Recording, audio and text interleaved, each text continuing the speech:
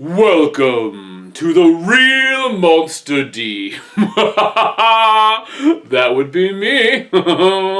And this is a time for celebration, for there is new official Godzilla action on the interwaves. Yes. Just recently, a brand new piece of footage straight from the originators of Godzilla themselves, Toho, has stomped his foot on the world, and I'm going to put my personal thought on it. If you have not seen, please go to YouTube now and check out Godzilla vs. Hedorah 2021. That is right. This is simply just one big fight between Godzilla and his classic smoggy foe, Hedorah, first seen in the 1971 film Godzilla vs. Hedorah, also known as Godzilla vs. the Smog Monster. So, I was originally coming into this video actually to do a three-way comparison between the three suits, the three appearances of Hedorah, because he has appeared in 3 live-action films. Godzilla vs. Hedorah, as well as Godzilla Final Wars, and now this brand new short, this Godzilla vs. Hedorah 2021.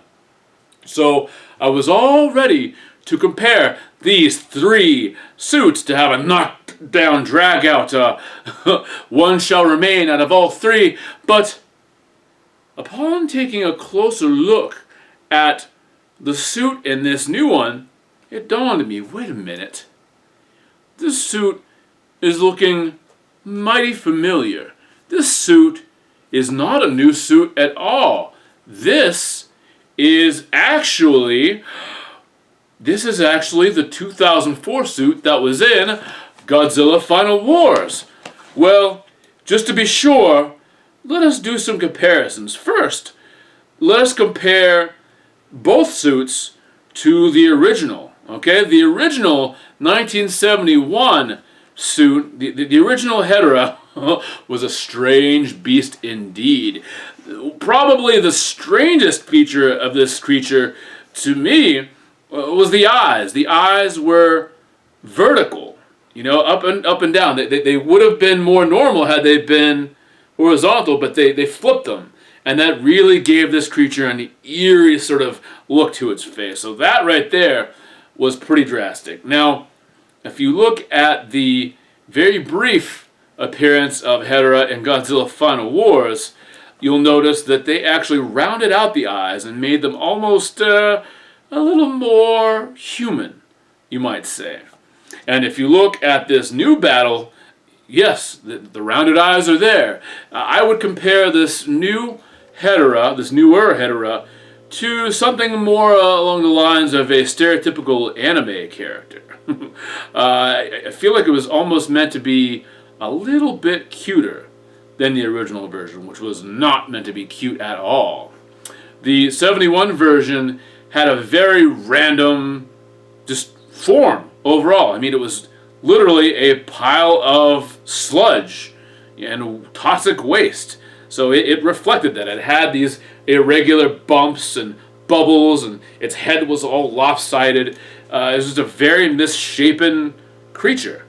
The 2004 Final Wars version had some of that, but you could tell that they rounded out the shape a little, made it a little bit more defined, almost frog-like in a way.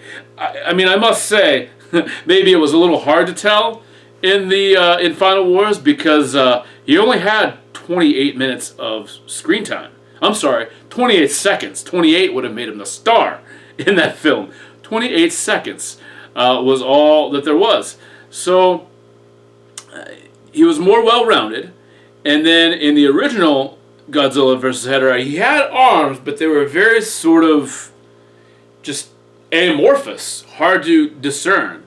The arms in the 2004 and 2021 version, they're more well-defined.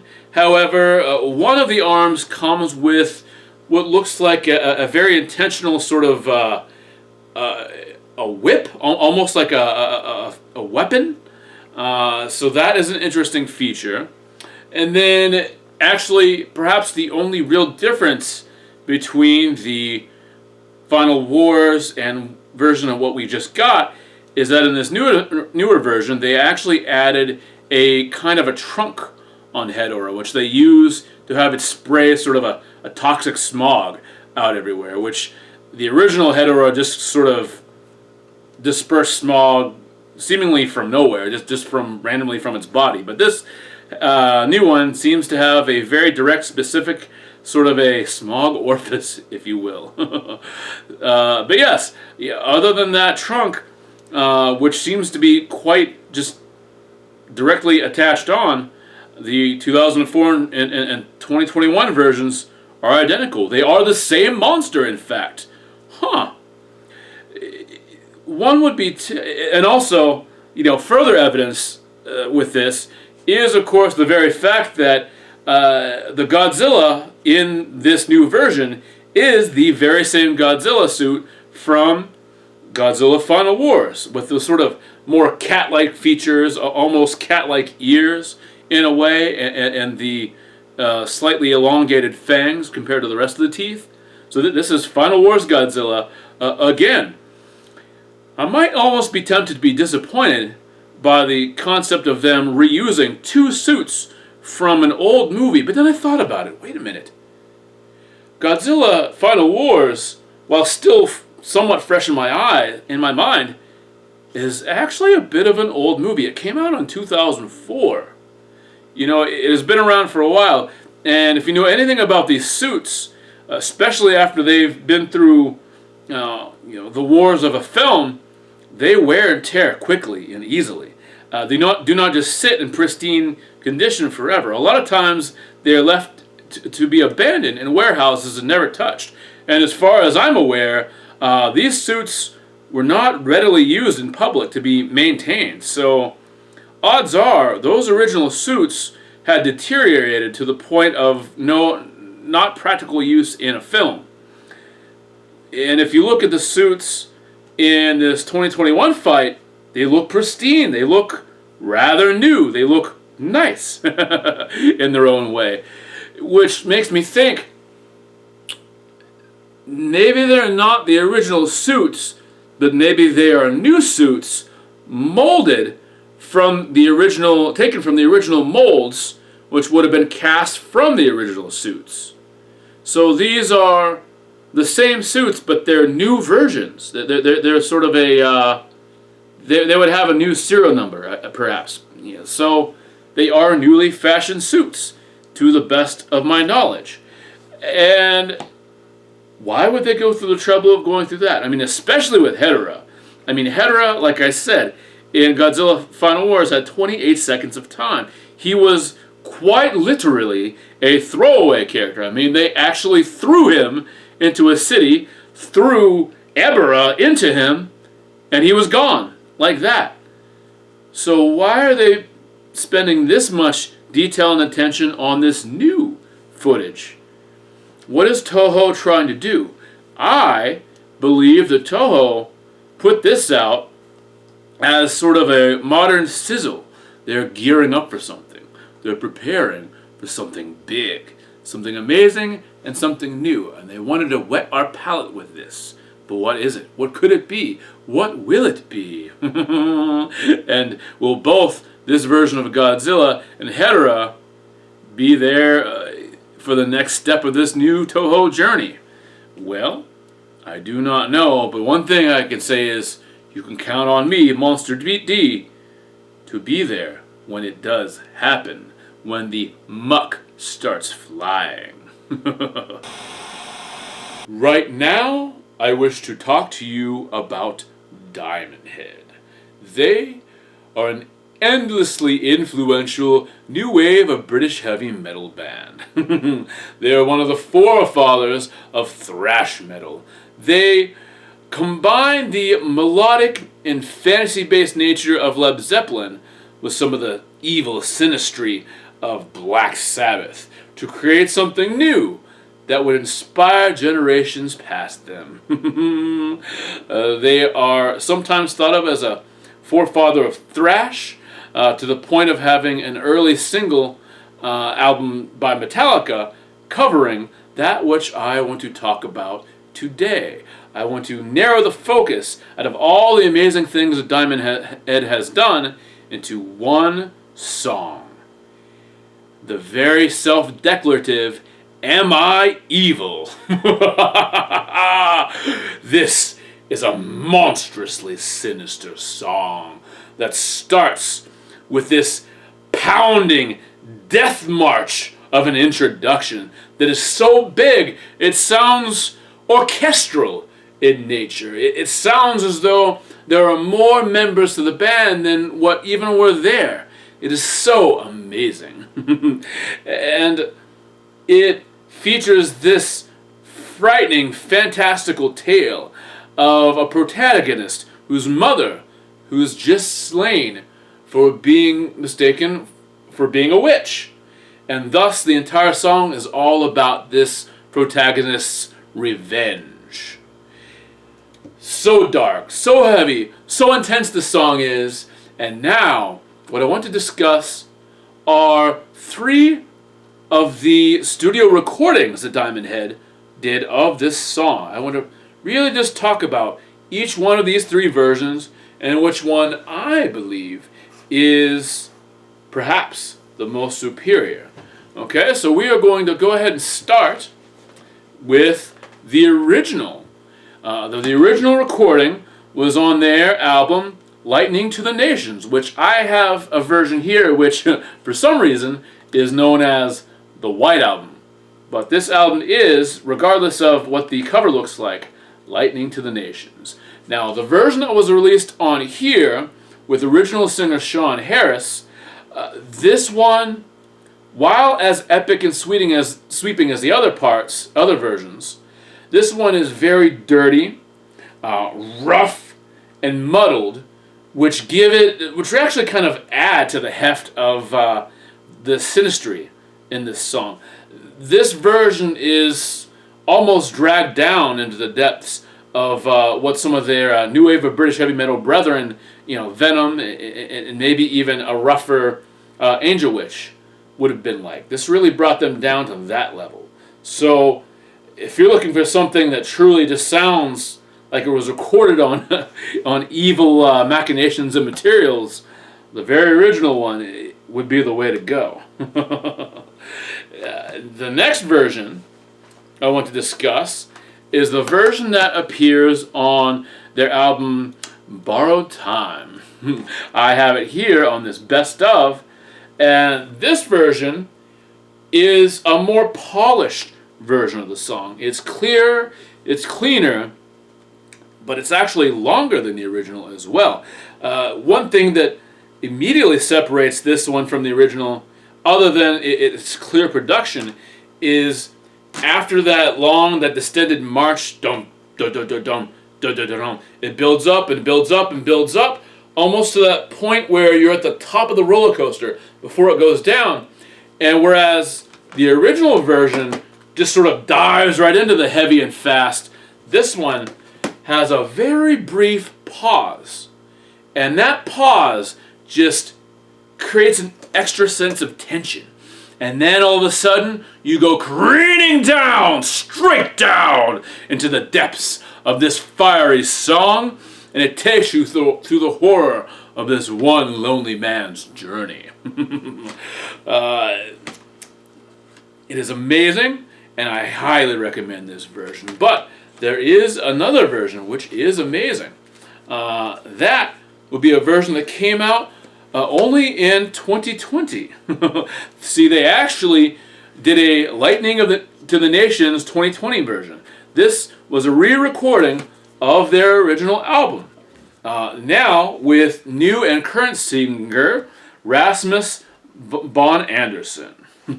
Rasmus has been a wonderful addition to the band, and this makes his 3rd studio recording with them. And this version, this one separates itself from the other 2 by having these deep, burly, guttural guitars that really pound and jump, and they really do have more of a modern feel. These would be compared to something like Metallica's Hardwired in the best way possible. So, and also, Rasmus Vocals, Rasmus really does have the range to carry off some of these classic, almost Wagnerian songs. He has those highs and lows that Sean did, but also there are points here when he really punctuates them with this new guttural gruffness. Whenever it kicks into the main sort of riff of the song, he kicks in and gives you that sort of this roar, and that really sets it off in its own path. So this version is amazing. So 3 forms of evil, 3 forms of the same evil song. That song that declares, "Yes, I am." So which version do I prefer? I mean, I love them all in their own way, and each one does deserve its own chance in the spotlight. But for me and my tastes, I probably am going to have to go with the borrowed time version. I mean, the dirty mix of the original is fondly remembered, I'm sure, by those who first discovered it.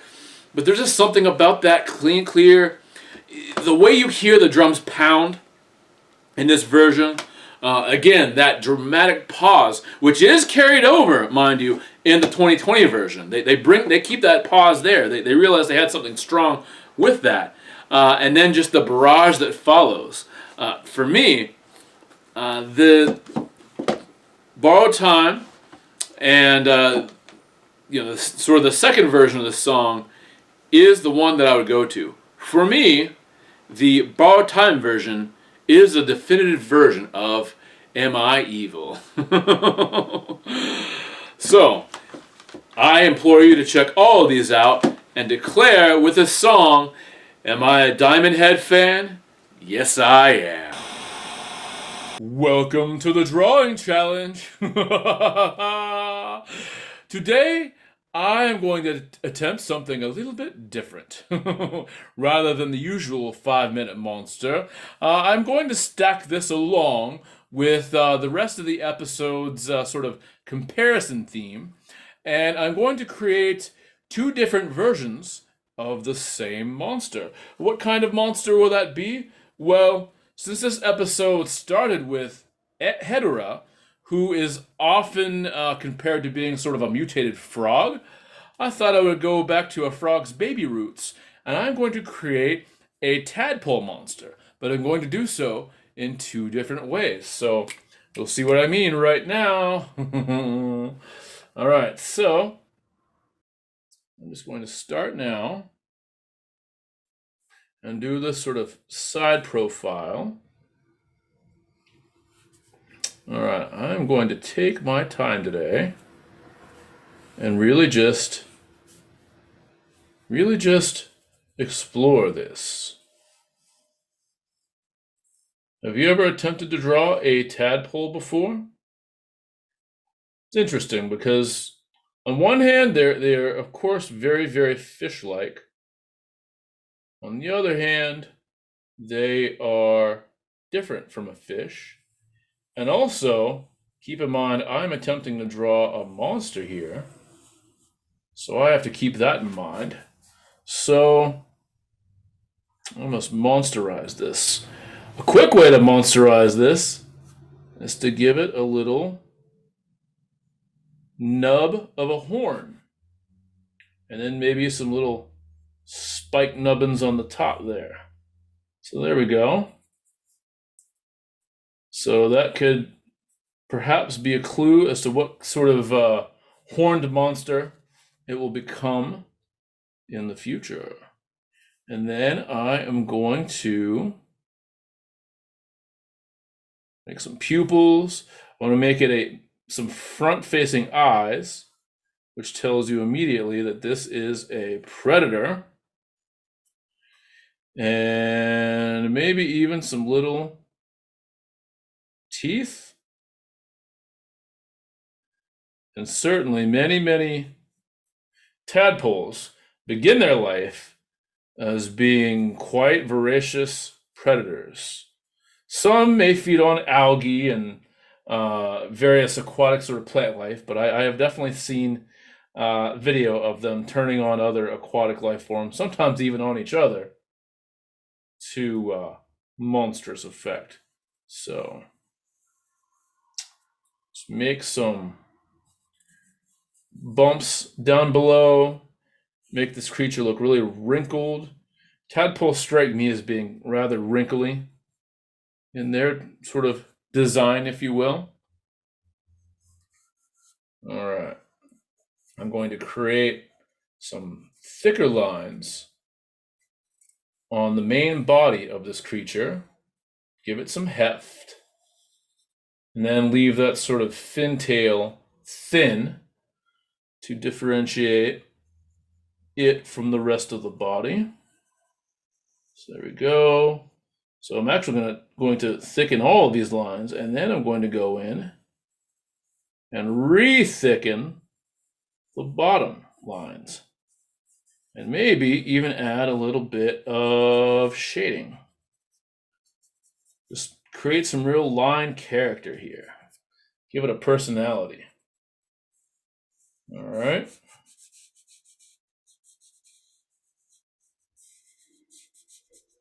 There we go. And I can create some line thickness and depth in these wrinkles. Sort of baggy eyes.